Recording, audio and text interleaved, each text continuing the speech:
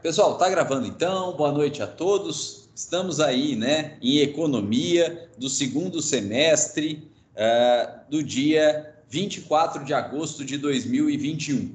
E nós estávamos estudando, né, a diferença entre a chamada macroeconomia e a microeconomia e os ramos do direito pertinentes a cada uma desses ramos econômicos aí, né? Nós vimos que a macroeconomia se importa com o Estado como um todo, né? E as políticas públicas como um todo.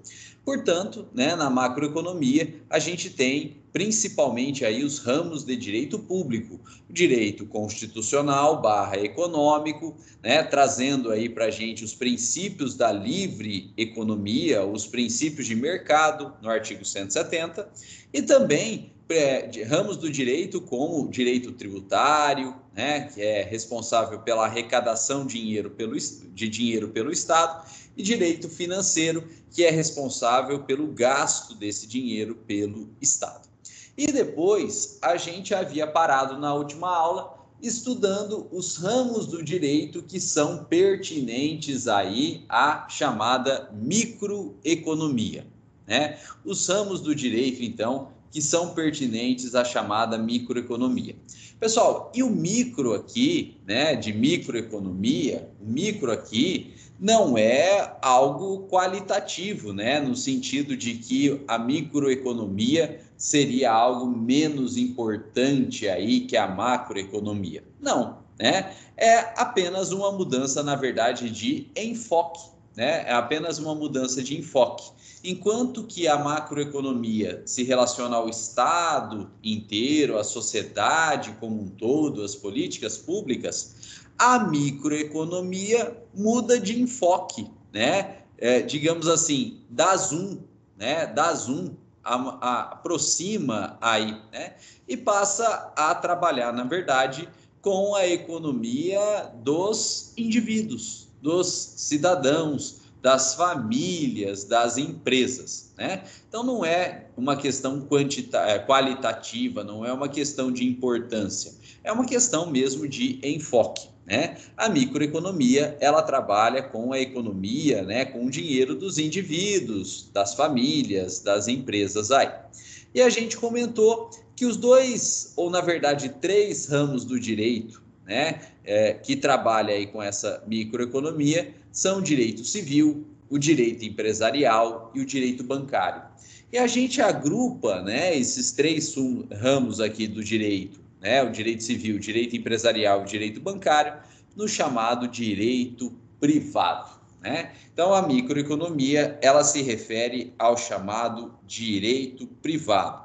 Por quê, pessoal? Direito privado é o conjunto, né? É o gênero aí de ramos do direito que não tem a participação do Estado, né? Direito privado, ele se caracteriza por não ter a participação do Estado.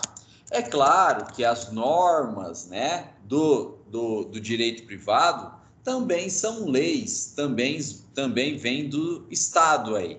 Porém, né, basta isso, ou para por aí. O direito privado, ele não tem envolvido ou participante o Estado aí, né? E são ramos do direito privado, o direito civil, o direito empresarial e o direito bancário.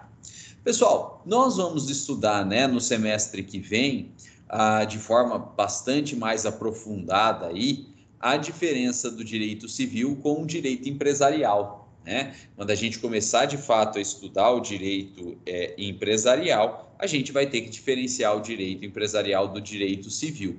E às vezes, se tudo correr bem aí, se a gente evoluir bem a nossa matéria, a gente já pode, nesse mesmo semestre, né, de economia, já trazer, né, bem delimitado a diferença do direito civil e do direito empresarial, né? E esse é um dos objetivos, né, de eu ter ficado com essa disciplina de economia aí, adiantar o direito empresarial também. E descarregar, né, não carregar tanto aí o terceiro semestre com direito empresarial. Mas, de qualquer forma, é importante notar que o direito civil, ele acaba trabalhando com atividades, ainda que econômicas, ainda que lucrativas, ainda que busquem o lucro, mas sem habitualidade, sem reiteração. Por exemplo, eu, Rodrigo, sou professor e advogado, todo professor e advogado, tudo quebrado, né? Então, eu troco de carro aí a cada 40 anos, né? Vou trocar de carro a cada 40 anos e vou vender o meu carro, né? Quando o meu carro tiver aí os seus 40 anos, ele não é mais velho, né? Ele já subiu de hierarquia aí, ele se transformou em antigo, né? Já é um carro antigo aí, né? E existem alguns malucos, né, que gostam de colecionar carros antigos, né? E aí um desses malucos vem e faz uma proposta de compra para o meu carro, né? E como é um carro já antigo aí, mas muito bem cuidado, para um valor muito acima do que seria de fato o valor de mercado, o valor usual, a tabela FIPE aí do carro, né? Porque, né, a pessoa tem intenção aí de colecionar o carro. E com isso, evidentemente, eu vou ter lucro. Mas eu não sou um empresário da venda de carros. Eu não sou um proprietário de uma concessionária ou de uma garagem barra estacionamento, né, uma loja de veículos aí, né? Eu sou uma pessoa comum que tem outra profissão, né, advogado, professor aí, né, que estou trocando meu carro a cada 40 anos, por ter se tornado antigo, né, um item de colecionador, eu vendo até por um valor muito maior do que o mercado e tenho lucro. Mas eu não sou empresário. Por quê? Eu não sou empresário. O que me falta para ser empresário se eu tive lucro? O que me falta é habitualidade, né? Me falta é frequência na realização desse negócio aí, né? Eu troquei de carro a cada 40 anos. Se uma concessionária de veículo aí, ele for trocar ele for vender um carro a cada 40 anos, pode fechar as portas, né? Pode fechar as portas. Não dá para manter uma concessionária de veículo vendendo um carro a cada 40 anos aí. De modo que, para ser de fato empresário, né, e ser regido pelo direito empresarial, não basta buscar o lucro, não basta ter lucro, né? Essa busca do lucro, essa obtenção do lucro, tem que ser feito em atividades com habitualidade, com frequência, aí, né? E claro que, né, essa frequência, qual é a frequência, né, de negócios, depende do tipo de atividade, né? Por exemplo, se é uma loja de bicicleta, apesar de que as bicicletas estão caríssimas aí no período da pandemia, a pessoa talvez para manter o teu lucro, manter a tua loja aberta, vai ter que vender aí 2 bicicletas por semana, senão não compensa, né, manter aberto, senão os custos aí são maiores do que a própria receita dessa loja. Então, talvez 2 bicicletas por semana, né? Agora, não é uma loja de bicicleta, é uma concessionária de veículo, uma loja de carro, né? Dificilmente vai vender 2 carros por semana, mas se vender aí 1 carro por semana, já mantém a concessionária aberta. Olha que beleza, né? Já mantém essa concessionária aberta. Diminuiu a frequência, né, em relação à bicicletaria aí, mas manteve uma frequência compatível com o negócio, o valor agregado desse veículo aí, né? Pessoal, isso explica para a gente um movimento que está acontecendo aí das montadoras de veículos aqui no Brasil, né? A gente não tem mais carro popular, né? A gente não tem mais carro popular. E por que não?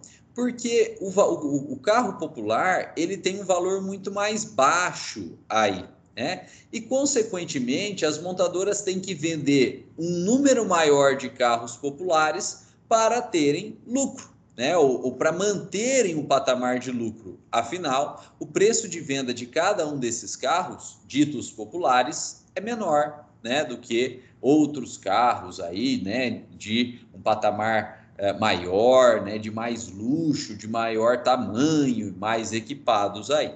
E como o mercado de carros, né, assim como a grande maioria dos mercados, né, no período da pandemia, sofreu uma retração muito grande, né, é muito difícil hoje vender, principalmente é muito difícil vender carros zero aí, né? As montadoras estão deixando de lado os carros populares mais baratos, não, né, menos caros, e estão investindo em carros mais caros, né, com valor agregado maior, porque quanto maior o valor do carro e vendido esse carro, provavelmente também maior o valor do lucro daquela determinada montadora de veículo, né? E com isso, então, né, a gente tem linhas mais elaboradas de veículos no mercado brasileiro, né, com valores maiores, né, de tamanhos maiores, de luxos maiores aí, também preços maiores, garantindo então uma rentabilidade, né? Então, por exemplo, se vendendo carro popular para ter um determinado patamar de lucro, a montadora tivesse que vender 5 carros, né? Talvez com carros mais caros, ela bastasse a ela vender 2, às vezes um carro, já garantia a mesma lucratividade que ela tinha vendendo aí os seus 5 carros populares, né? Claro que se a gente tivesse um mercado com alta demanda de veículo, né, vendendo aí a dar com pau, né, vendendo aí a rodo, pode ser que as montadoras mantivessem os carros populares.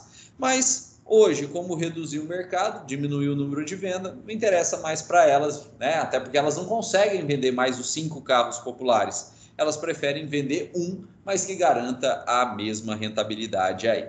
E é por isso, né, pessoal, que a Ford, né, optou em fechar a produção de carros aqui no Brasil, fechando a sua planta industrial em Camaçari, na Bahia, onde produzia o CAI, a EcoSport, fechando aí a sua planta em Fortaleza, né, acho que Fortaleza, né, onde ela fabricava o Troller, né, porque eram veículos, né, o Troller não entra muito nessa ideia, né, o Troller, o fechamento da Troller foi uma decisão estratégica aí da Ford para evitar concorrência futura com os produtos futuros que ela traria ao mercado brasileiro.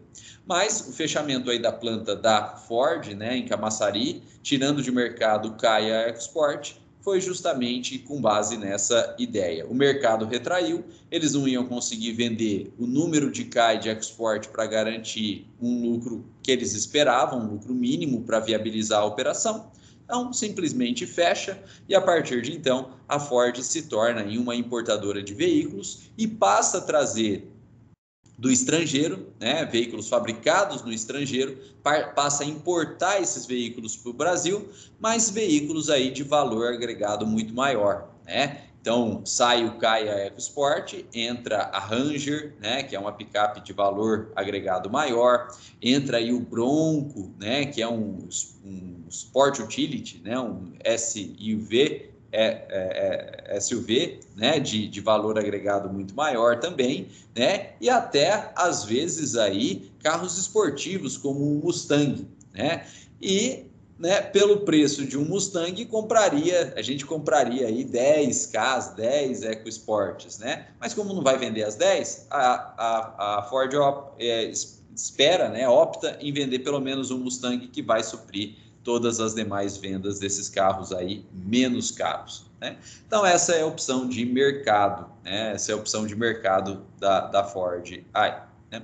Bom, pessoal, mas veja, ainda que a Ford opte em vender um número menor de veículos, a partir do momento que ela subiu o patamar dos veículos e subiu o preço dos veículos, ela assumiu vender um número menor de veículos, mas evidentemente que esse número, ainda que menor, é um número suficiente para manter as operações da Ford aqui no Brasil. Então, ela tem habitualidade suficiente para, né, dizermos que a Ford, evidentemente, é uma empresa, que a Ford, evidentemente, é regida pelo direito empresarial.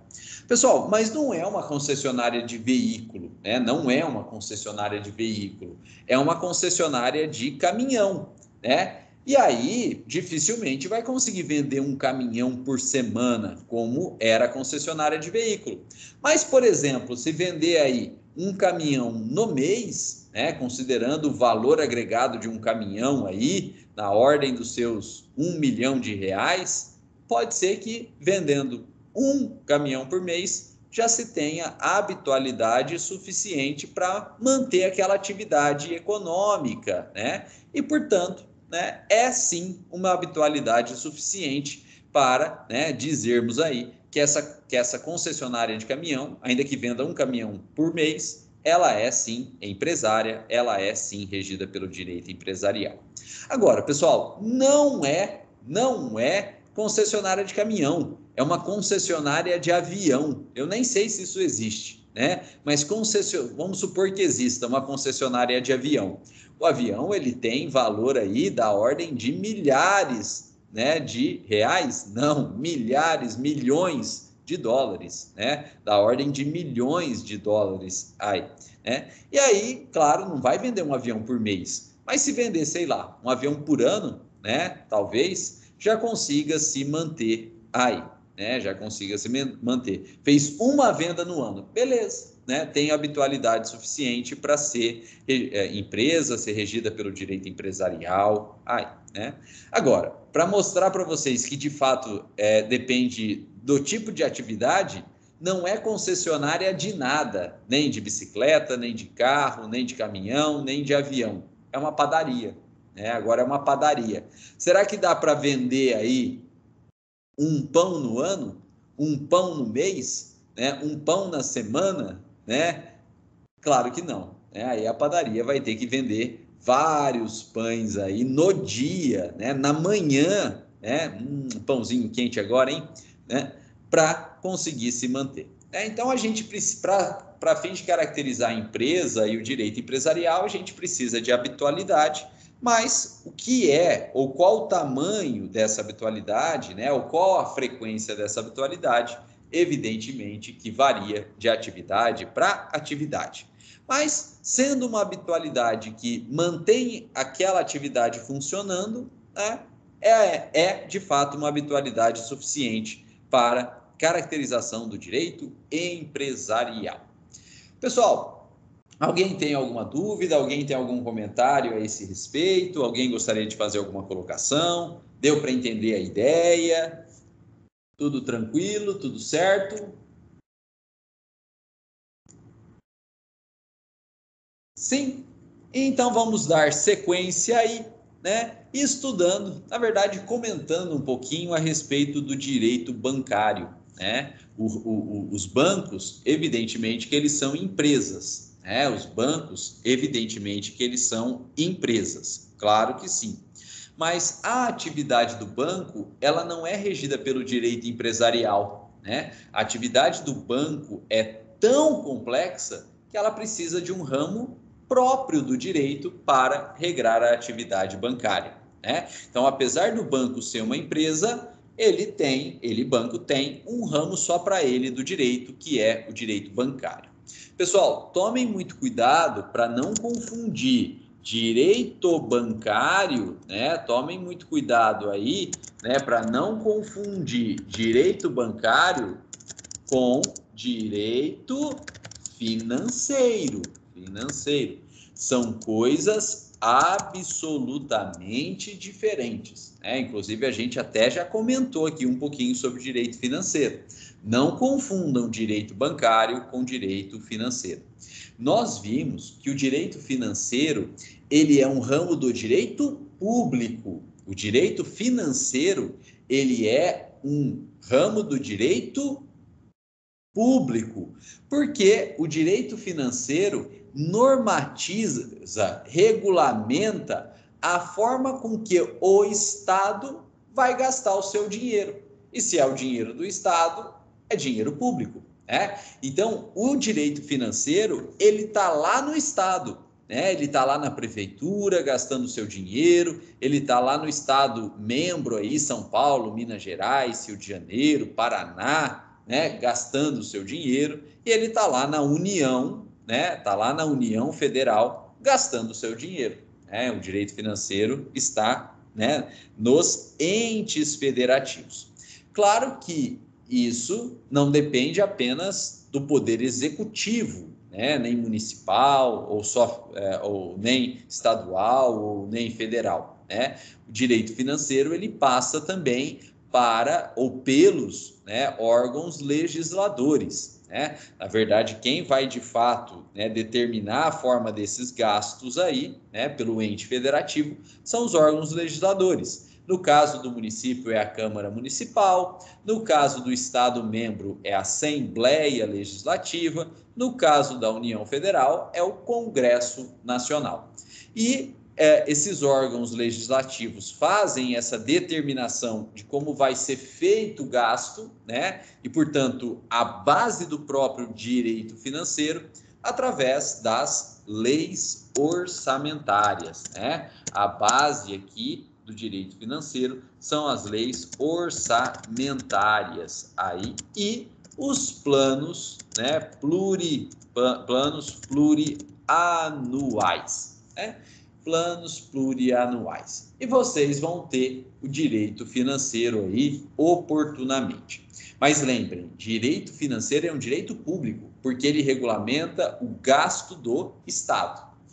É diferente, pessoal, do direito bancário, né? É diferente do direito bancário, porque o direito bancário, né, ele regulamenta a atividade dos bancos. E as atividades dos bancos é uma atividade privada, né? A atividade dos bancos é uma atividade privada.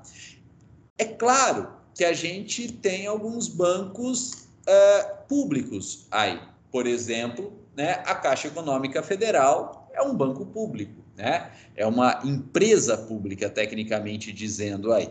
E antigamente, né, os estados tinham seus próprios bancos públicos, né? O estado de São Paulo tinha o Banespa, né, que foi privatizado aí e adquirido pelo Banco Espanhol Santander. O estado do Rio de Janeiro tinha o Banerj, né? E todos os estados acabavam tendo seus bancos públicos aí também, né? Mas foram, né, ao longo desse período aí, né, privatizados, né, desde que começou a ideia de privatização do governo Fernando Henrique Cardoso, eles foram sendo privatizados aí.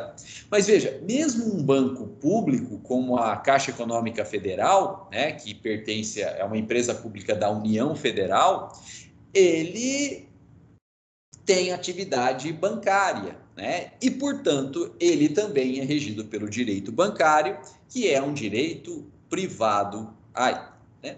Pessoal, o que é de fato atividade bancária? Né? O que é de fato atividade bancária? Gente, a atividade bancária, né, como é a grande maioria das atividades econômicas no mundo atual, ela é extremamente complexa, né? Porque foram a ela agregados diversos serviços, né? E os bancos hoje são verdadeiros prestadores de serviços. Então, você pode, por exemplo, contratar um seguro dentro do banco, né? Você pode aí fazer transferência de dinheiro de pessoa para pessoa, de lugar para lugar, até fazendo transferências internacionais. Os bancos passaram a operar também como corretoras de valores, né? Permitindo aí que a gente, através do nosso banco, às vezes através da nossa própria conta corrente, a gente tenha acesso ao mercado de compra e venda de ações, né? E bolsa de valores, que é o que a gente chama de mercado de capitais, né? A venda de ações aí, né? E a bolsa de valores são os mercados de capitais. E, inclusive, esses bancos acabaram evoluindo nisso e eles criaram plataformas digitais, né, para compra e venda de ações, que é o famoso home broker, né? Os bancos têm os home brokers aí, né?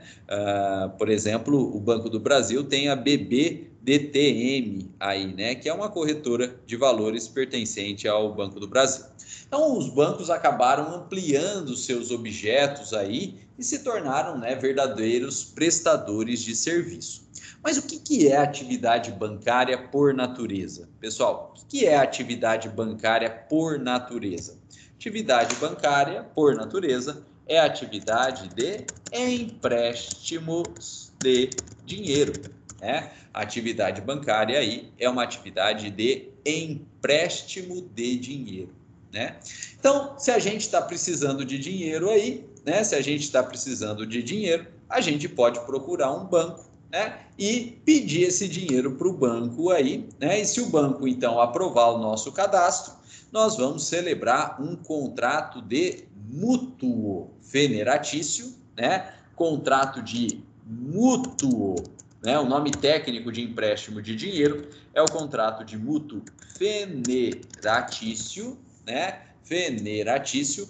Mútuo é empréstimo, né? E veneratício é com juros, né? Mútuo veneratício aí, né? Empréstimo com juros, né? Então, a gente vai fazer com o banco um contrato de financiamento, né? Um contrato tecnicamente de mútuo veneratício, né? E o banco, então, ele vai emprestar dinheiro para nós. Nós,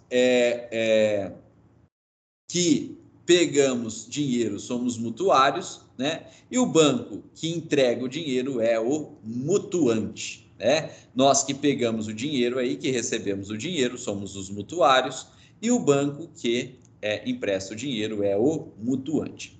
Agora, claro que isso não é algo tão simples também, e na verdade existem diversos tipos de contratos de mútuo veneratício, diversos tipos de contratos de financiamento, né?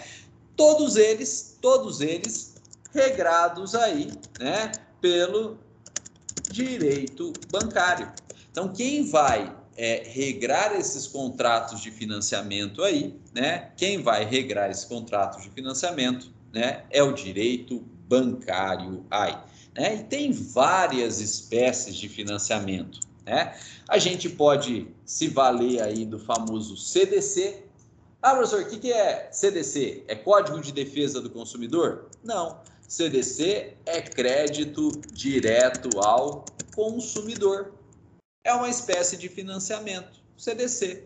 A gente pode se valer aí de um outro tipo de financiamento. Todo mundo já deve ter ouvido falar, o leasing, né? O leasing, que é, né, um termo em inglês aí que a gente traduziu aqui para o português como arrendamento mercantil. Arrendamento mercantil aí, que é outro tipo de financiamento que se tem, né? Esse leasing, pessoal, e daí o nome arrendamento mercantil, ele é uma modalidade meio mista, né? Primeiro, se faz o financiamento para adquirir um determinado bem, mas na verdade você não está imediatamente comprando esse bem, você está só arrendando, né? E aí você arrenda esse bem por um determinado período de tempo, né? E você vai utilizando desse bem aí nesse período de tempo. E ao término do período de tempo estabelecido no contrato, você tem uma opção. Você pode devolver o bem de quem você comprou para a própria financeira, ou você pode, então, aí de fato pagar o preço do bem. Desconta o que você já pagou a título de arrendamento, né? E você paga só a diferença e fica com o bem aí. Gente, esse leasing ou arrendamento mercantil, ele é muito usado nas aviações, né? Nas empresas aéreas. As empresas aéreas, elas não têm os aviões, né? Não são de propriedade delas. Na verdade, são leasing, né? Então, elas vão lá ou na fabricante do avião, como a Boeing, Airbus, ou vão lá, né, em grandes entidades financeiras internacionais, né, em grandes bancos internacionais, e fazem um contrato de leasing. E aí o banco compra o avião e arrenda o avião para a empresa aérea. E ela vai usando esse avião e vai pagando o arrendamento mensal, né? Vai pagando um aluguel mensal daquele avião aí, né? E na verdade, olha que interessante, ela vai usando, a empresa aérea vai usando o próprio avião e a renda gerada por esse avião para pagar o valor do próprio arrendamento, né? Então, na verdade, o uso do bem, o uso do avião, paga a si próprio. E ao término do contrato, né, de arrendamento, a empresa aérea ela tem a opção de ou devolver o avião para a montadora, né, a fabricante, a Boeing ou Airbus, ou a grandes financeiras internacionais que compraram esse avião, ela pode devolver, né? E quando a gente fala sobre isso, vem sempre a pergunta: nossa, mas a fabricante ou a financeira não vai ficar prejudicada pegando o avião de volta? Não, ela vai pegar o avião de volta e vai fazer leasing com uma outra empresa aérea, normalmente menor do que a primeira, né? Porque o avião já está mais usadinho aí, né? Então não dá para, não vai, a empresa economicamente muito forte não vai querer esse avião, porque ele já está usadinho. Mas tem empresas aí de todas as categorias econômicas, né? E aí então arrenda esse avião para uma nova empresa aérea, tranquilamente, e o avião vai continuar voando de forma arrendada e vai continuar pagando o seu próprio arrendamento. Ou a empresa aérea, então, ela pode pagar a diferença entre o somatório dos arrendamentos que ela já pagou, né, o somatório dos arrendamentos que ela já pagou e o preço final do avião. Essa diferença entre o que ela já pagou e o preço final, que ela ainda tem que pagar para o dono do avião, ou a fabricante, Boeing Airbus, ou a financeira aí, a gente chama de VR, né, que é o valor residual. VR, que é o valor residual. E se ela paga o VR, né, se torna não mais arrendatária do avião, ela se torna proprietária aí, né? Então, o leasing é um arrendamento mercantil com opção de compra ao final pelo pagamento do VR aí. Pessoal, as normas desses contratos de leasing é tudo direito bancário, né? Tudo direito bancário. A gente tem também, por exemplo, contratos de seguro rural, né, feito na forma aí de cédula de crédito rural, né? É um contrato de financiamento muito comum aí, regido pelo direito bancário também, né? Até porque não se tem como, de fato, manter uma propriedade rural produzindo aí sem financiamentos reiterados, né, para compra de insumos, né?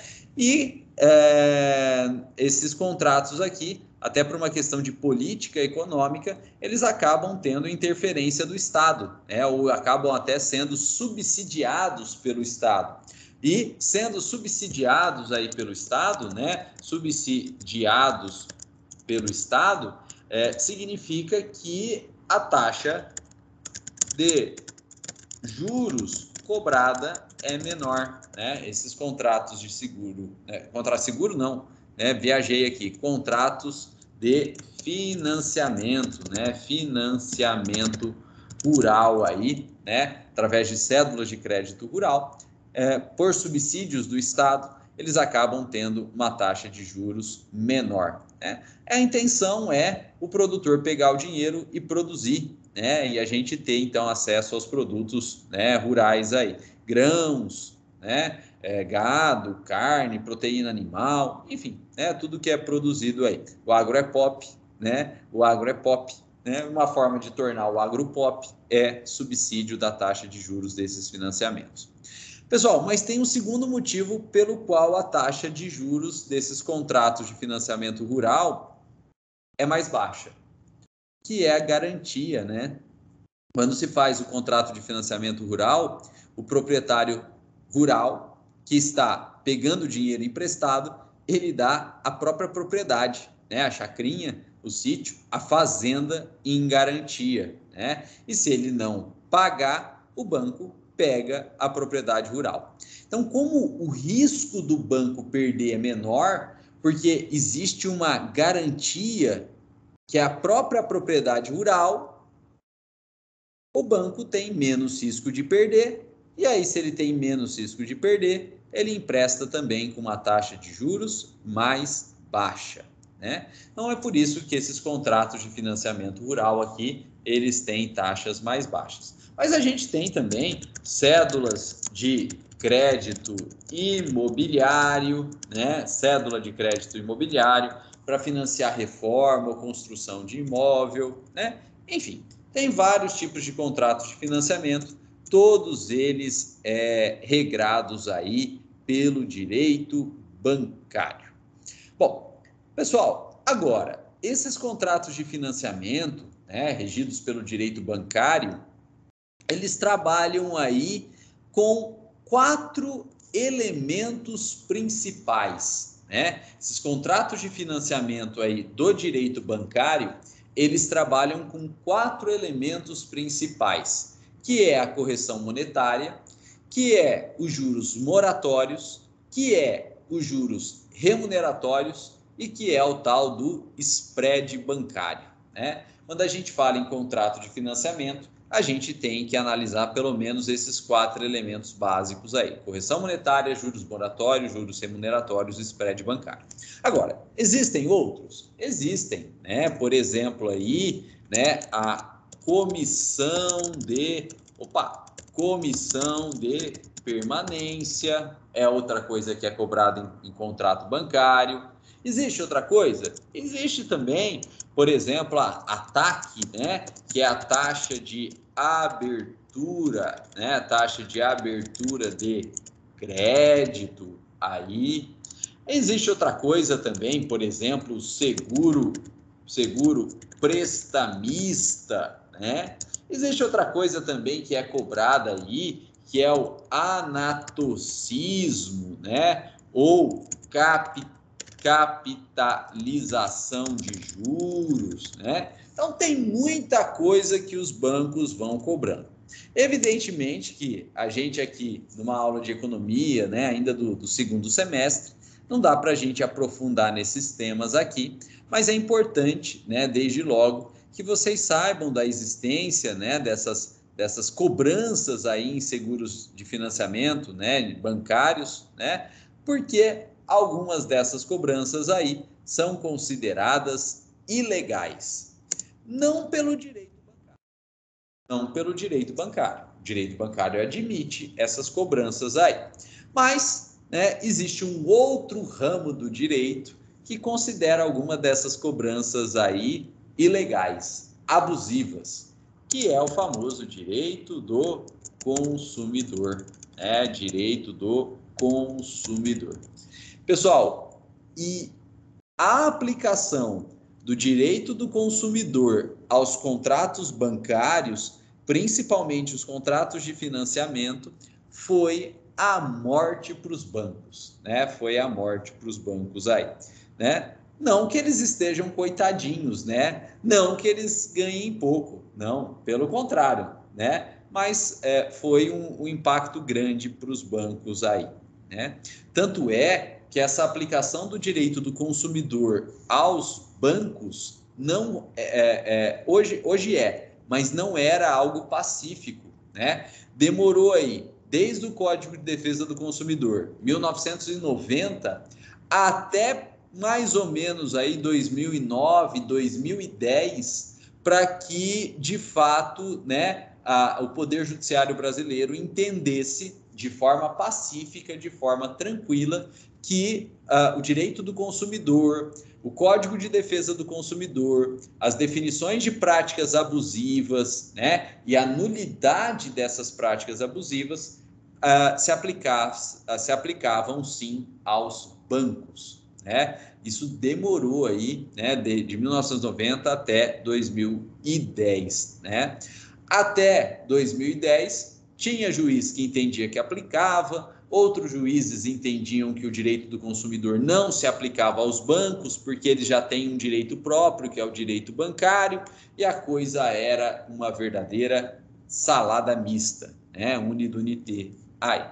Até que o STJ precisou de decisão do STJ, né, do Superior Tribunal de Justiça, dizendo, pacificando, determinando que o direito do consumidor, o Código de Defesa do Consumidor e todas essas práticas abusivas, ilícitas aí, né, proibidas pelo Código de Defesa do Consumidor, se aplicavam também aos bancos. E aí, a partir disso, né, é que várias dessas cobranças que eu comentei com vocês aí, comissão de permanência, taxa de abertura de crédito, seguro prestamista, anatocismo, foram algumas delas consideradas abusivas, consideradas ilegais.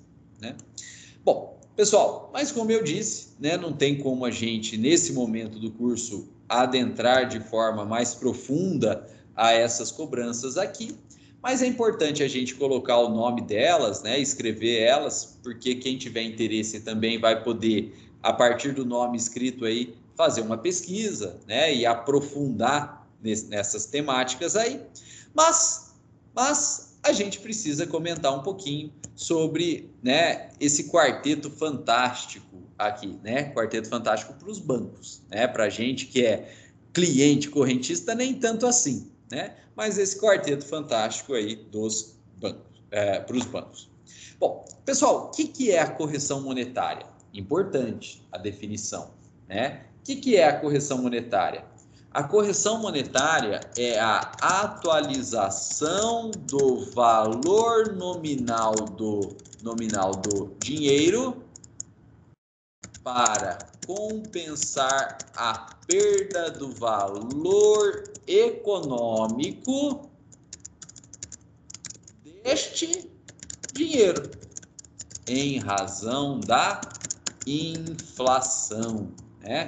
A correção monetária, gente, ela é a atualização do valor nominal do dinheiro para compensar perdas do valor econômico desse dinheiro em razão da inflação. Pessoal, a inflação, ela é o aumento de preços, né? A inflação, ela é o aumento de preços, né? E isso é algo natural. Toda economia, ela tem inflação. Toda economia, ela tem inflação. Todo estado tem inflação aí.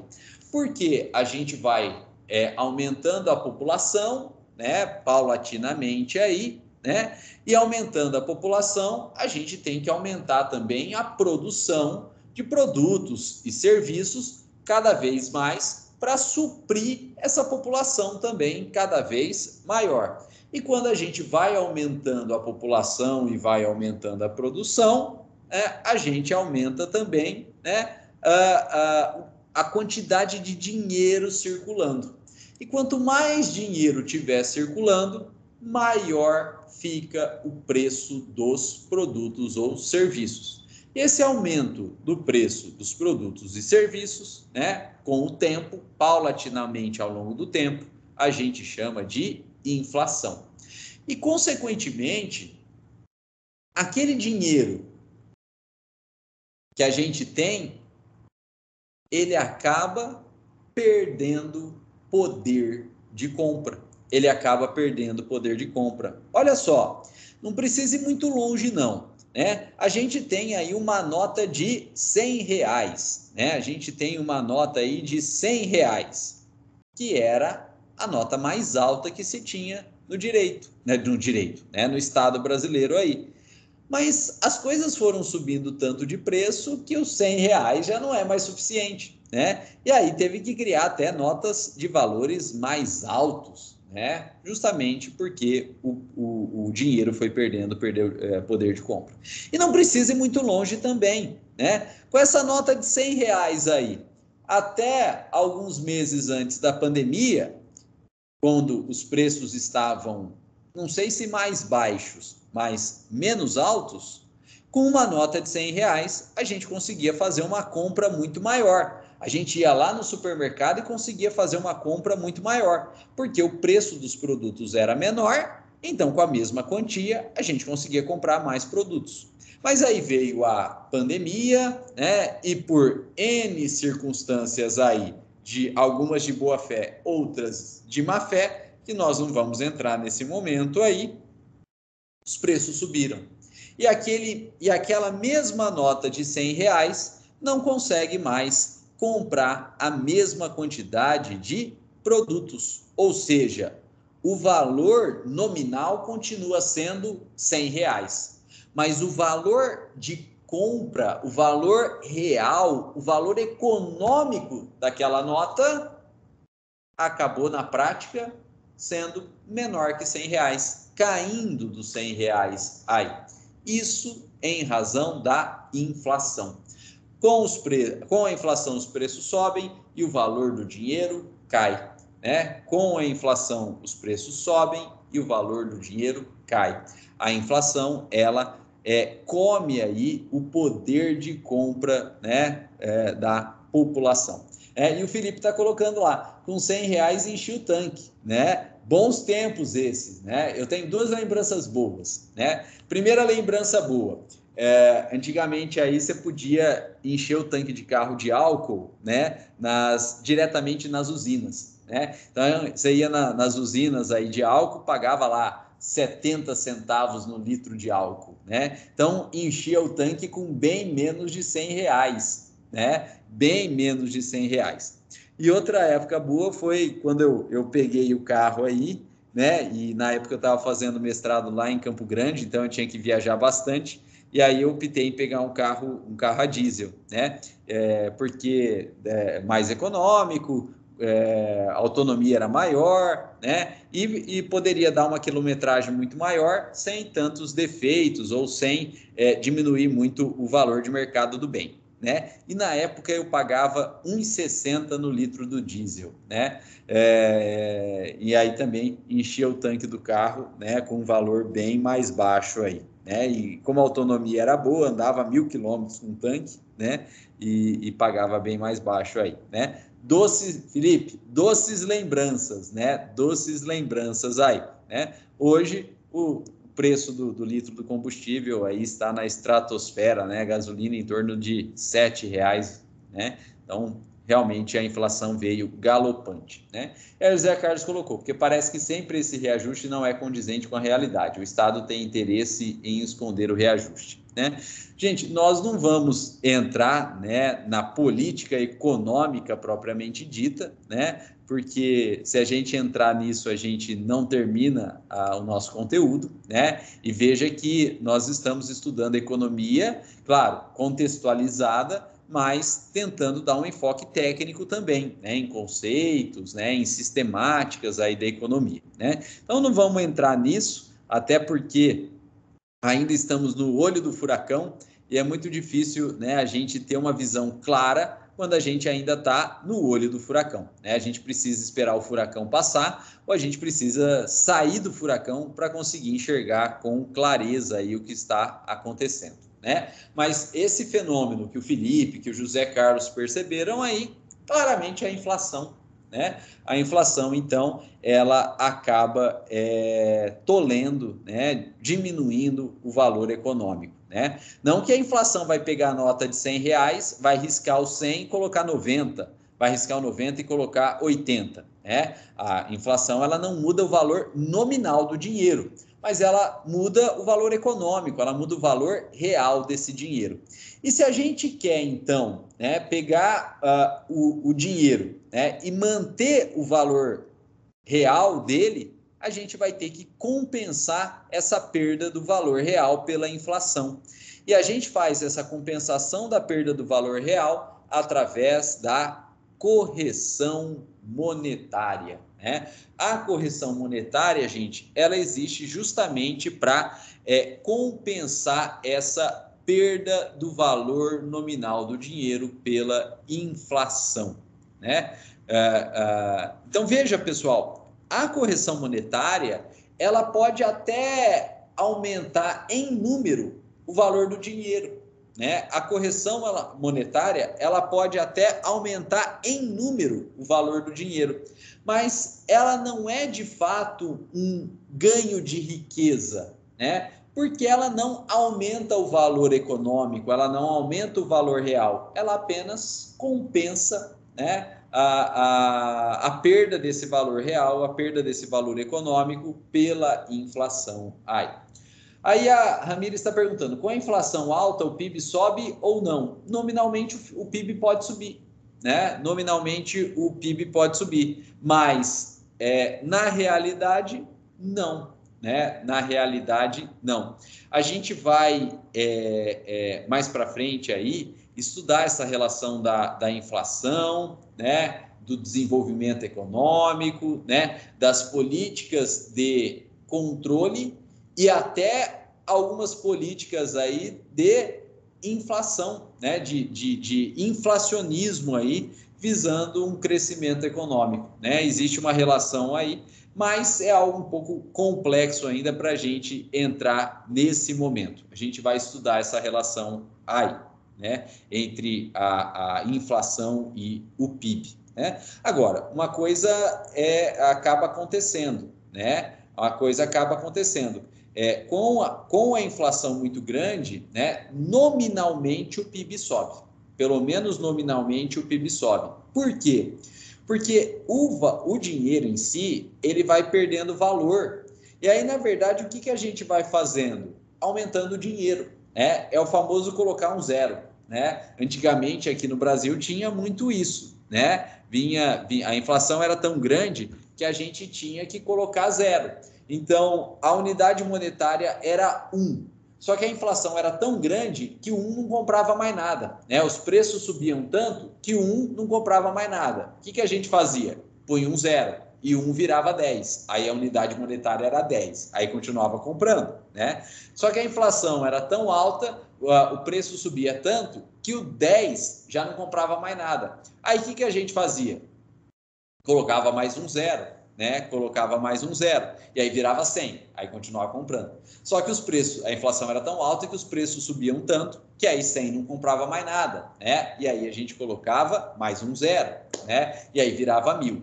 Pessoal, quem é mais antigo aí, né? O Júnior, a Neia, o Wilton, né? Eu também, a gente vai lembrar das notas, né? Das cédulas de dinheiro de antigamente, que não existia unidade monetária, era cédula de 1000, 2000, 5000, 10.000 aí, né? Cruzeiros, cruzados, né? Eram cédulas de milhares, né? Porque né, acabou se perdendo, a gente ia colocando zero e se transformou aí, né, em cédulas de milhares. Quem leu livros de vestibular, né, da época aí do romantismo, né, falava em conto de réis, né? O réu era a unidade monetária, né? Porque vem do rei, do império aí, mas se falava em conto de réis, né? Um conto de réis era 1000 réis, né? Então você já sempre multiplicava aí por 1000, colocando zero, né? Então, pessoal, e não precisa ir muito longe, né? Se a gente for em países menos desenvolvidos ainda que o Brasil, né? Por exemplo, Paraguai, que o dinheiro deles é guaranis, qualquer coisinha lá custa milhares de guaranis, né? Eu lembro uma vez que a gente foi lá no Paraguai, né? E a gente foi abastecer o carro, né? E era um posto da Petrobras, um posto da Petrobras. Só que como era no Paraguai, os valores estavam expressos em guarani, né? E o litro aí da gasolina era milhares de guaranis. E a gente encheu o tanque aí, deu, né, milhões de guaranis, né? E ainda assim era mais barato que o combustível no Brasil. Em número, né, nominal, em número expresso, em inscrito, era milhões, né, de guaranis aí. Mas ainda assim era mais barato que no Brasil. E se a gente convertesse o Guarani para o real, dava uma quantia bem mais baixa de real aí. E por que isso? Porque a inflação no Paraguai era, né, e ainda deve ser muito maior que no Brasil, então eles tiveram que ir colocando zeros, né, e foram expressando números aí, né, nominalmente, expressamente, né, na casa de milhares e de milhões, né, muito, muito mais alto que o tamanho aqui. Mãe, me dá 1 milhão, né? Milhão do quê? Né? Milhão de Guarani não vai dar muita coisa, né? Milhão de real melhora um pouquinho. Milhão de dólar, então, né? Aumenta muito mais. Então veja que, né? O dinheiro aí em si, né? O dinheiro em si, ele não tem um valor inerente, né? Ele tem um valor também meio comparado com os outros países, né? Bom, pessoal, e veja que o caminho contrário também ocorre, né? Quando a gente tem um novo plano econômico, como a gente tinha aí na final da década de 80, começo da década de 90, plano verão, primeiro o plano Bresser, depois o plano verão, depois o Collor 1, o Collor 2, depois o plano real, né? Que tinha como mote aí, o controle da inflação, a jogada econômica deles era cortar zero, né? Então, os mais antigos aí, eu, o Júnior, o Wilton, né, vai lembrar, né, vinha plano econômico aí cortava zero, né? Então, agora não é mais cédula de 10 mil cruzeiros, né? 10 mil cruzados. A partir do dia tal, o novo plano econômico, a gente vai cortar os zeros e o que era cédula de 10 mil cruzados vai se tornar cédula de 10 cruzeiros novos, né? A gente cortava zeros aí, né? A ideia, né, de cortar zero é tentar revalorizar a unidade monetária, né? Revalorizar a unidade monetária aí. Pessoal, e falando sobre isso, né, eu me lembrei que dentro de um desses planos econômicos que se teve aí na década de 80, né, que foi o plano Bresser, né, na época do governo José Sarney, e o Bresser era o ministro da Economia do José Sarney, uma das medidas adotadas por esse plano Bresser para controlar a inflação foi colocar fiscais aí do Estado na rua, nos estabelecimentos comerciais, para notificar, para comunicar aumento de preço. Não podia aumentar preço, não podia aumentar preço. E aí a gente tinha fiscal, né, andando no comércio, fazendo cotação de preço, né, para evitar o aumento de preço. E o objetivo era controlar a inflação, porque se não aumenta o preço, em tese não tem inflação, né? Se não aumenta o preço, em tese não tem inflação. E esses fiscais, né, como era no governo Sarney, ficaram conhecidos como fiscais do Sarney, né? Foi a época dos fiscais do Sarney, né? E claro que, né, a melhor fiscal aí é a dona de casa, é o dono de casa, né, que está sempre fazendo compra aí, né? E ele sabe de cabeça os valores, né? Eu sei preço de cerveja, né? Pode me perguntar aí preço de cerveja que eu sei de cabeça. Estou brincando, faz tempo que eu não bebo, né? Eu estou com um nódulo no fígado, não posso beber, né? Então não sei mais os preços de cerveja aí. Mas claro, né? Quem frequenta estabelecimento comercial, supermercado, não só, né, cerveja, mas como um todo, é quem de fato sabe os preços aí, né? Então os donos de casa, as donas de casa eram os grandes fiscais do Sarney. Mas, claro, né, isso não deu em nada, né? Isso não deu em nada. Por que não?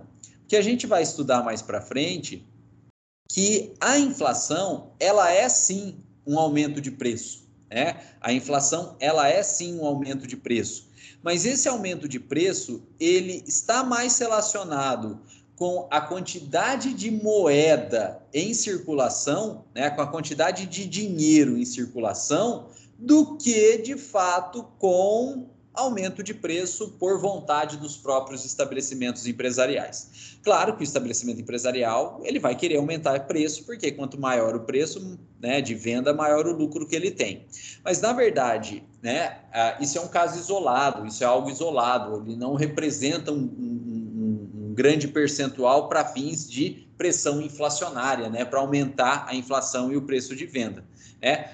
E por isso que os fiscais do Sarney não viraram nada, né? Mas demorou um pouco, a gente entendeu que, na verdade, a inflação em si, ela é mais relacionada com quantidade de moeda em circulação, com quantidade de dinheiro em circulação, do que, de fato, com o estabelecimento empresarial aumentando de preço, né?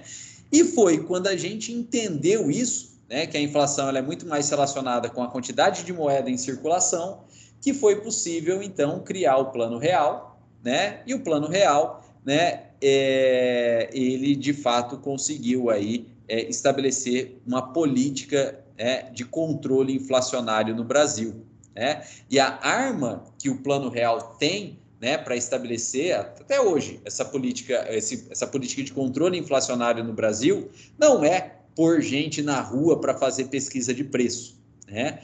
O instrumento que o Plano Real tem é controlar a quantidade de dinheiro disponível circulando. O Plano Real, ele controla a quantidade de dinheiro disponível em circulação aí, através de taxa de câmbio, é uma das formas, né, através da taxa de câmbio, e também com a própria produção de moeda, né, de papel moeda sendo disponibilizado aí no mercado, né? E a trancos e barrancos, a gente conseguiu ter, de fato, uma política, né, de controle inflacionária, então, a partir desse plano real. Bom, pessoal, essa é a inflação. O que falaram aí que a Neia está dando risada? Neia sabe o preço da cerveja. Pessoal, a Neia, até o final da aula, vai postar uma tabela aqui dizendo, né, quais são as marcas e os estabelecimentos, né, o preço das marcas em cada um dos estabelecimentos comerciais de Jales aí, né? Então, começando aí, né, pela Heineken, começando aí pela Boêmia, né, e vai postar essa tabela aí, né? Neia, né, meramente informativo, né? Meramente informativo aí, não é algo valorativo, é meramente informativo essa tabela. Bom, pessoal, mas essa é então a correção monetária, ela visa compensar o valor da inflação, né? Ela visa compensar o valor da inflação. Pessoal, e como que a gente faz essa correção monetária? Por vários índices, né? A gente tem vários índices aí que eles servem justamente para apurar a inflação e compensar o valor da inflação. O primeiro índice é o IPCA, né? Índice de preço ao consumidor, né? O IPCA é o índice de preço ao consumidor, né? E outro índice aí é o IGPM, né? Índice Geral de Preços do Mercado, Índice Geral de Preços do Mercado. E o que muda de um para outro? O que muda de um para outro, na verdade, é a entidade, né, de pesquisa de preço, né? O IPCA, se eu não me engano, é da FIP, né? O IPCA, se eu não me engano, é da FIP, né? Que não tem só tabela de preço de veículo, na verdade tem tabela de preço de tudo, né? E a partir dessa tabela de preço de tudo, ela emite o IPCA, né? E a gente tem o IGPM aí, que vem de outra entidade de pesquisa, né? Que é a FGV, a Fundação Getúlio Vargas, né? E agora, esses índices aí, eles acabam, né, sendo usados para correção monetária. Normalmente, a gente usa o IPCA no Poder Judiciário, né? Então, se a gente precisa atualizar aí um valor a ser pago dentro de um processo, normalmente a gente usa o IPCA, né? Agora, por exemplo, para correção de valor de aluguel, né, de contrato de aluguel, a gente costuma usar o IGPM aí, né? Então, aí varia, né? No mercado, cada um pode adotar o índice que melhor lhe convier, né? Melhor lhe convier. Mas são os índices de correção monetária aí. Aí o Wesley colocou. Bom que a gente já fica de olho para o churrasco, importante, né? Então, quem vai ficar responsável aí para apresentar a tabela da carne, né? Coloca aí uma picanha, costelinha, uma linguiça, né? Um franguinho aí, já posta a tabela também, né? Para a gente ir acompanhando os preços aí, né? Da proteína animal, né? Os preços da proteína animal. Bom, pessoal, essa é a correção monetária, né? Ela compensa a inflação, né? E veja que a inflação é um dos maiores indexadores econômicos, né? A inflação, ela é um dos maiores indexadores econômicos, né? A gente consegue saber a saúde de uma economia, né, de um determinado estado, analisando os seus índices de inflação, né? Por exemplo, normalmente países mais desenvolvidos aí, eles têm um índice de inflação mais baixo, né? Eles têm um índice de inflação mais baixo e, consequentemente, eles têm também uma taxa de juros mais baixa, né? Se a inflação é mais baixa, os juros também costumam ser mais baixos aí. E, por outro lado, né, os países menos desenvolvidos, como é o caso do Brasil, costumam ter um índice de inflação mais alto e, consequentemente, também uma taxa de juros mais alta, né? A gente vai ver mais para frente que inflação e taxa de juros são grandezas proporcionais aí. Uma inflação alta, a taxa de juros é mais baixa. Inflação baixa, a inflação alta, a taxa de juros costuma ser mais alta. Inflação baixa, a taxa de juros costuma ser mais baixa também. Pessoal, alguém gostaria de falar alguma coisa? Fica à vontade aí. Ô João, boa noite. Desculpa o horário, senão eu acabo esquecendo. Hoje eu conversei na Cicobi já apareceu lá na Cicobi aquele apontamento do Paraná. Então amanhã nós precisamos conversar cedo. Ô, Júnior, seu microfone está ligado. Deixa eu desligar aqui. Aí. Bom, pessoal, então terminamos aí a correção monetária e a inflação. Mas dentro do direito bancário a gente tem também os juros moratórios, né? Pessoal, o que são os juros moratórios? Os juros moratórios são, olha só, acréscimos monetários. Então, ao contrário da correção monetária, que só atualiza, ela aumenta o número, mas ela não cresce o valor de fato, porque só compensa a inflação, só atualiza a inflação. Os juros moratórios são acréscimos monetários. Então, os juros moratórios faz aumentar o poder de compra daquele dinheiro, faz aumentar o dinheiro e também o poder de compra, né, daquele dinheiro aí, né? Aumenta o dinheiro, né? Mas veja, é um juros moratórios. Ele é um acréscimo monetário, ele faz aumentar o dinheiro decorrente da demora na restituição do valor. Os juros moratórios, ele é um acréscimo monetário decorrente da demora na restituição do valor aí, né? Pessoal, olha só, né? Olha só, eu fui lá no banco e peguei um dinheiro. E aí, era um empréstimo de curto prazo e eu tenho que devolver esse dinheiro já no mês que vem. Então, se hoje é dia 24 de agosto, eu tenho que devolver o dinheiro no dia 24 de setembro. Até 24 de setembro. Se eu não devolver esse dinheiro no prazo estabelecido, eu estou demorando em restituir esse valor. E a demora na restituição desse valor faz com que o banco cobre juros moratórios. Então, na verdade, né, o juro moratório, ele é um acréscimo monetário que funciona como uma sanção. Quem demora para devolver o dinheiro, quem demora, na verdade, para cumprir a obrigação de restituir o dinheiro, vai acabar pagando juros moratórios. É uma sanção. E se você não quer pagar juros moratórios, o que você faz?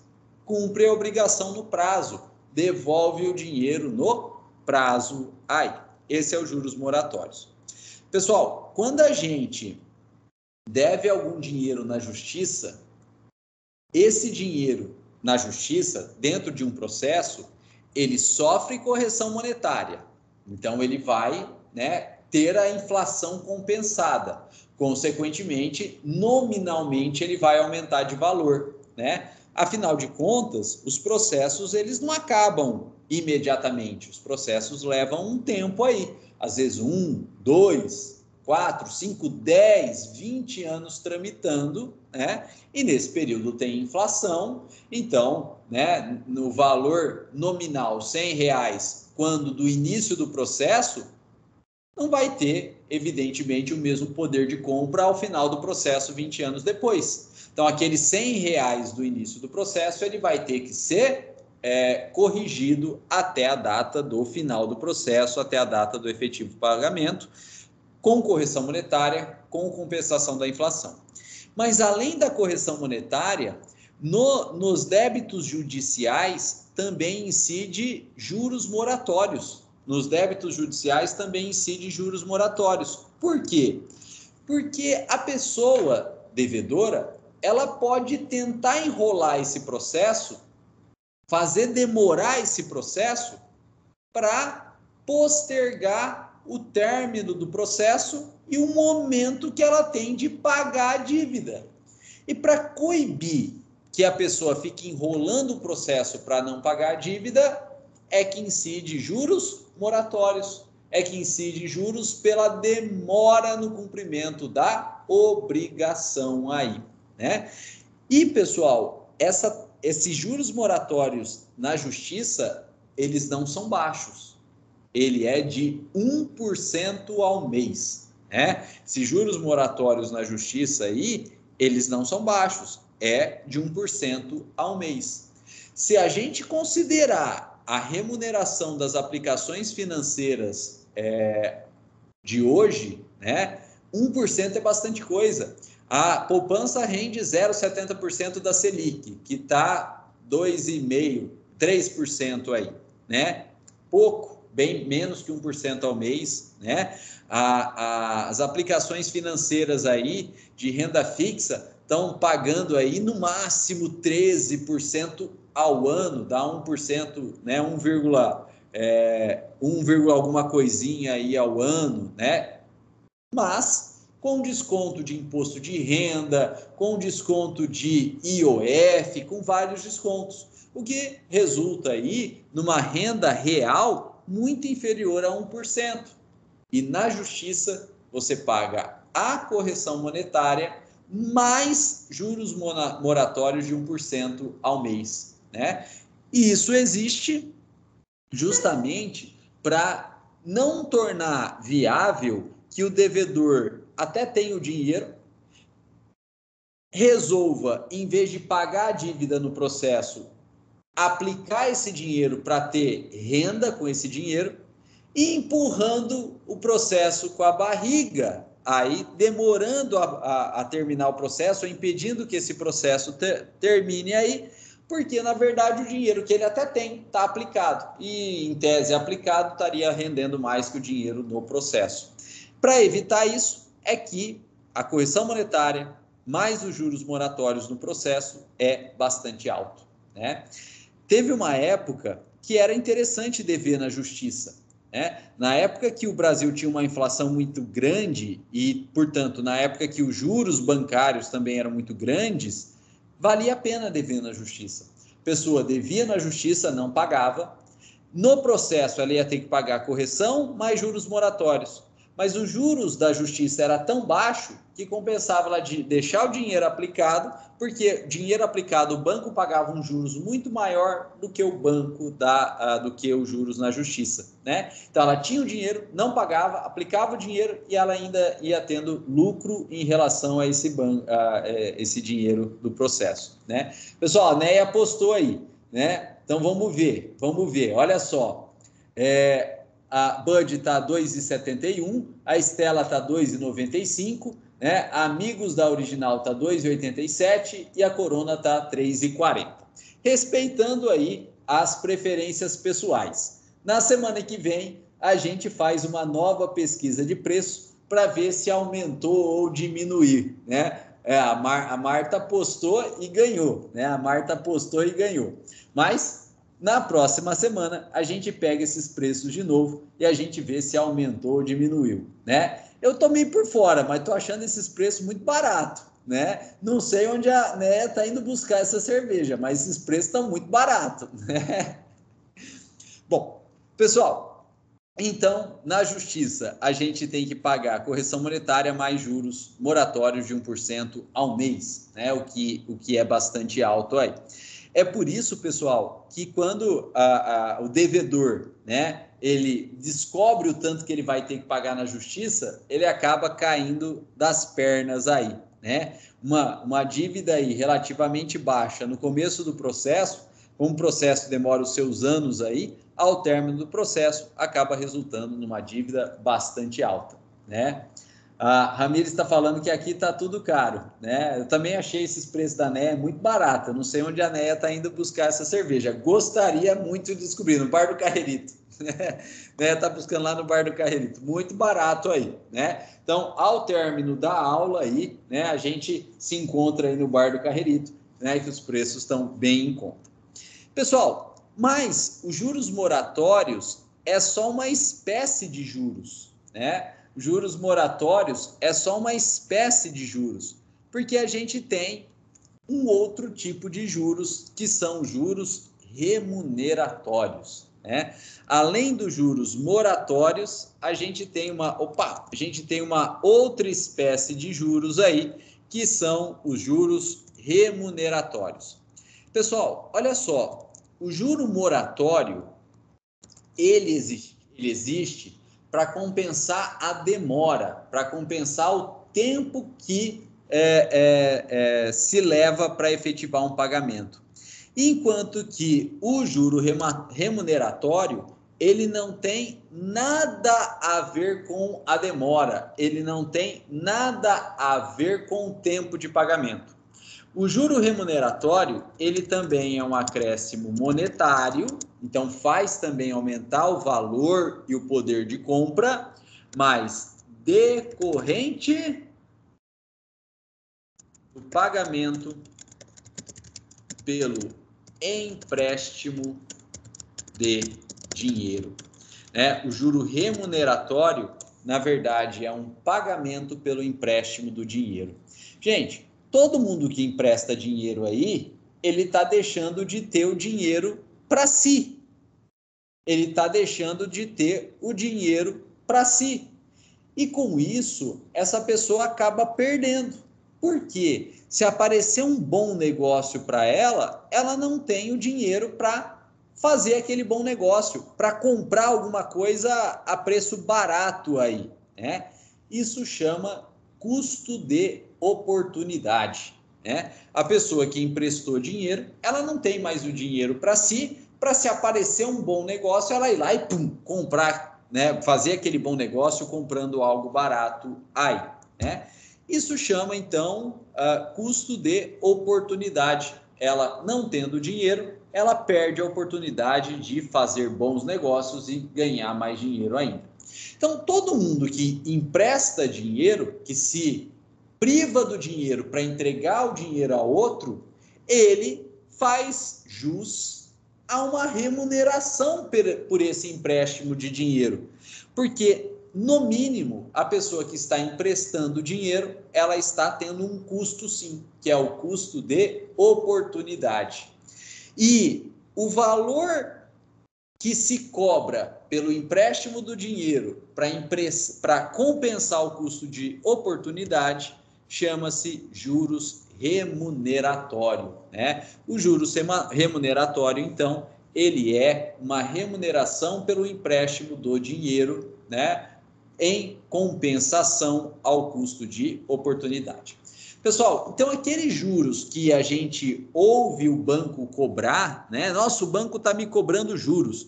Eu fiz um empréstimo, né? Usando o limite do meu cheque especial. E o banco está cobrando juro do meu cheque especial. Ele está te cobrando juros remuneratório, né? Eu tenho um cartão de crédito, aí veio a fatura, eu não tinha dinheiro para pagar a fatura inteira, aí eu paguei apenas uma parte da fatura e o juros está cobrando, e o banco está cobrando juros pela diferença, né? O que eu não paguei aí da fatura do cartão de crédito.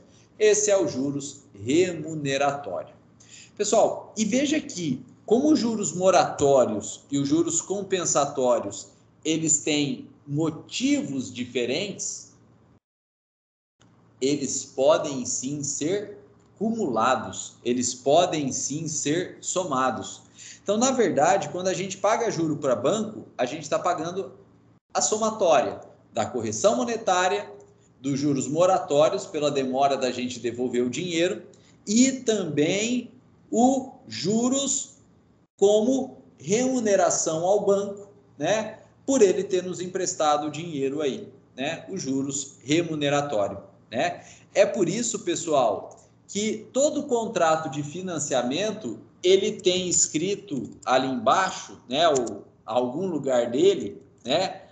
Normalmente em letra pequena aí, o seguinte: custo efetivo total, né? Custo efetivo total, né? Todo contrato de financiamento ele tem aí escrito custo efetivo total, normalmente letra pequena. Peguem aí a fatura do cartão de crédito e deem uma olhada na fatura do cartão de crédito. Se você não pagar a totalidade da fatura, se você fizer um pagamento parcial, o banco vai te cobrar juros, né? Então vai estar escrito também, né, custo efetivo total. E por que tem que estar escrito custo efetivo total? Porque, na verdade, os juros finais que o banco vai te cobrar, que é o custo efetivo total, é a correção monetária, mais os juros moratórios pela demora em você pagar o banco, mais os juros remuneratórios que o banco te cobra por ele ter te emprestado o dinheiro aí, né? Além de algumas outras taxas e tarifas, né? Até tributos aí que o banco embute, né? Para chegar no custo efetivo total, né? Pessoal, isso é muito importante, né? O tanto de juros que a gente paga para banco, né? Não é só a correção, não é só os juros moratórios, é a remuneratória, é a somatória de tudo isso aí, né? E por isso que tem que ter o custo efetivo total. Bom, pessoal, e para a gente terminar essa ideia aqui do direito bancário, né? O último conceito que a gente precisa saber é o conceito de spread bancário. Quem já ouviu falar aí de spread bancário, né? Quem já ouviu falar de spread bancário? Gente, spread bancário nada mais é do que o lucro do banco, né? Spread bancário nada mais é do que o lucro do banco. Onde que o banco lucra? Quando ele empresta dinheiro. O banco lucra quando ele empresta dinheiro. Só que o banco não é tonto. O banco não empresta o próprio dinheiro dele, banco. Na verdade, ele em si não tem, de fato, dinheiro. O que o banco faz? O banco pega dinheiro no mercado, nosso dinheiro. E o nosso dinheiro, o banco empresta para outras pessoas aí. E ele faz a seguinte conta. Para nós deixarmos o dinheiro no banco, o banco vai ter que pagar uns juros para a gente. A gente deixa o dinheiro na poupança e vai ter a rentabilidade da poupança, 70% da Selic. A gente deixa dinheiro em renda fixa e vai ter a rentabilidade aí da renda fixa, 100% do CDI. A gente está deixando o dinheiro no banco e o banco está pagando juros para a gente por ter deixado o dinheiro no banco aí. E o que o banco faz com o nosso dinheiro que está lá no banco, na poupança ou nos títulos de renda fixa, por exemplo? O banco não fica guardado com ele, esse dinheiro. O banco vai pegar esse mesmo dinheiro e emprestar para outras pessoas que estão precisando de dinheiro, né? O banco pega o dinheiro dos poupadores e empresta aí no mercado para quem está precisando de dinheiro. E claro que quando o banco empresta esse dinheiro para o mercado, o banco vai cobrar o custo efetivo total dessas pessoas. As pessoas que pegaram o dinheiro vão pagar o custo efetivo total para o banco. Correção monetária, juros moratórios, juros remuneratórios para o banco aí. E aí que a jogada do banco é o seguinte: o banco paga juros baixos para os poupadores e o banco cobra juros altos para quem ele empresta o dinheiro. E essa diferença aí da taxa de juros que o banco paga para os poupadores, que é baixa, e pega esse mesmo dinheiro e empresta para quem precisa, cobrando juros altos, essa diferença entre os juros pagos aos poupadores, juros pagos para captar o dinheiro, e juros altos dos empréstimos é que recebe o nome de spread bancário. Então, o spread bancário é a diferença entre as taxas de juros pagas pelo banco aos poupadores para captar dinheiro no mercado e as taxas de juros cobradas pelo banco quando ele pega este mesmo dinheiro dos poupadores e empresta para terceiros, né? Essa é o spread bancário e é nisso que o banco lucra. O spread é a diferença entre a taxa de juros dos empréstimos e a taxa de juros paga aos poupadores, a taxa de juros de captação. Para a gente exemplificar aí, vamos supor que nós, poupadores, vamos poupar, vamos entregar dinheiro para o banco a título de poupança. Vamos depositar dinheiro na caderneta de poupança. Quanto que o banco vai pagar para a gente aí, né, de juros a título de poupança? Né? 70% da Selic, ou então aí, né, em torno de 0,5% ao mês mais TR. É isso que o banco paga para a gente quando a gente deixa o nosso dinheiro lá no banco, lá na poupança. Para simplificar, vamos fechar isso aqui em 0,06% ao mês. Dá mais ou menos isso aqui. Vamos fechar isso aqui em 0,6% ao mês. Isso é o que o banco paga para a gente quando a gente deixa o nosso dinheiro na poupança. Só que o banco vai pegar o nosso dinheiro que está na poupança e vai emprestar para terceiros aí. Por exemplo, cheque especial, por exemplo, cartão de crédito, e o custo efetivo total de um cheque especial, de um cartão de crédito aí, gira em torno de, vamos chutar baixo, 10% ao mês. 10% ao mês. Então, o banco paga 0,6% para captar e o banco pega esse dinheiro que ele está pagando 0,6% e empresta a 10% ao mês. O spread bancário é justamente essa diferença. É a diferença entre o quanto o banco está emprestando menos o quanto o banco está pagando para ter o dinheiro para emprestar. E essa diferença, então, vai dar em torno de 9,4% ao mês. E essa diferença de 9,4% ao mês fica para quem? Fica para o banco. Fica para o banco.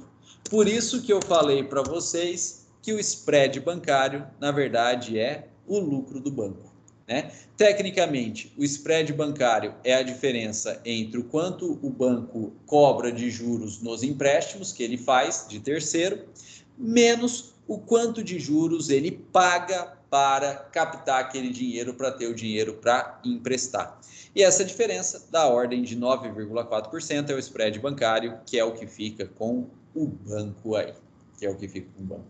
Pessoal, e nós somos o país do mundo com maiores spreads bancários do mundo, né? Nós somos um dos países com maior spread bancário do mundo. É por isso que os bancos brasileiros aí, né, eles têm alta rentabilidade. Tudo bem que eles têm grandes riscos, tudo bem que nós temos uma economia muito instável, né, que pega todo mundo de surpresa, tudo bem que os bancos brasileiros também têm grandes custos aí, mas quando a gente analisa pelos olhos do spread bancário, o lucro bancário é muito grande, né, aqui no Brasil, porque o banco paga muito pouco para captar e quando ele empresta aquele dinheiro, ele cobra juros estratosféricos aí, né? Gente, é só pensar, que tipo de negócio te dá um lucro de quase 10% ao mês, né? Que tipo de negócio te dá livre aí um lucro de quase 10% ao mês? É muito difícil, ainda mais hoje em dia. E os bancos brasileiros, eles têm esse lucro, eles têm esse spread bancário aí.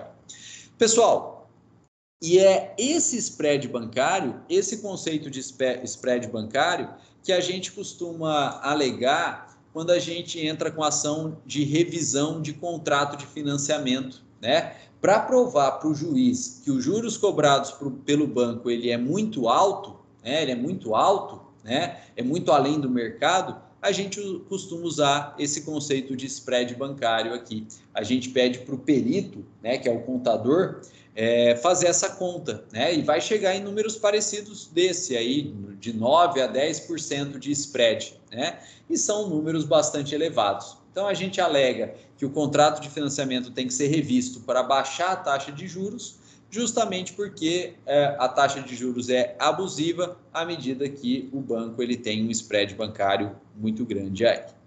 Pessoal, com isso, a gente terminou o direito bancário, que era o nosso objetivo hoje, e na próxima aula a gente vai estudar a ideia de escassez e os 10 princípios da economia, né? E o nosso estudo de escassez e 10 princípios da economia vai ser baseado no livro do Gregory Mankiw, né? Então, se vocês puderem aí dar uma olhadinha no nosso site, no nosso Moodle, está disponível aí o livro do Gregory Mankiw.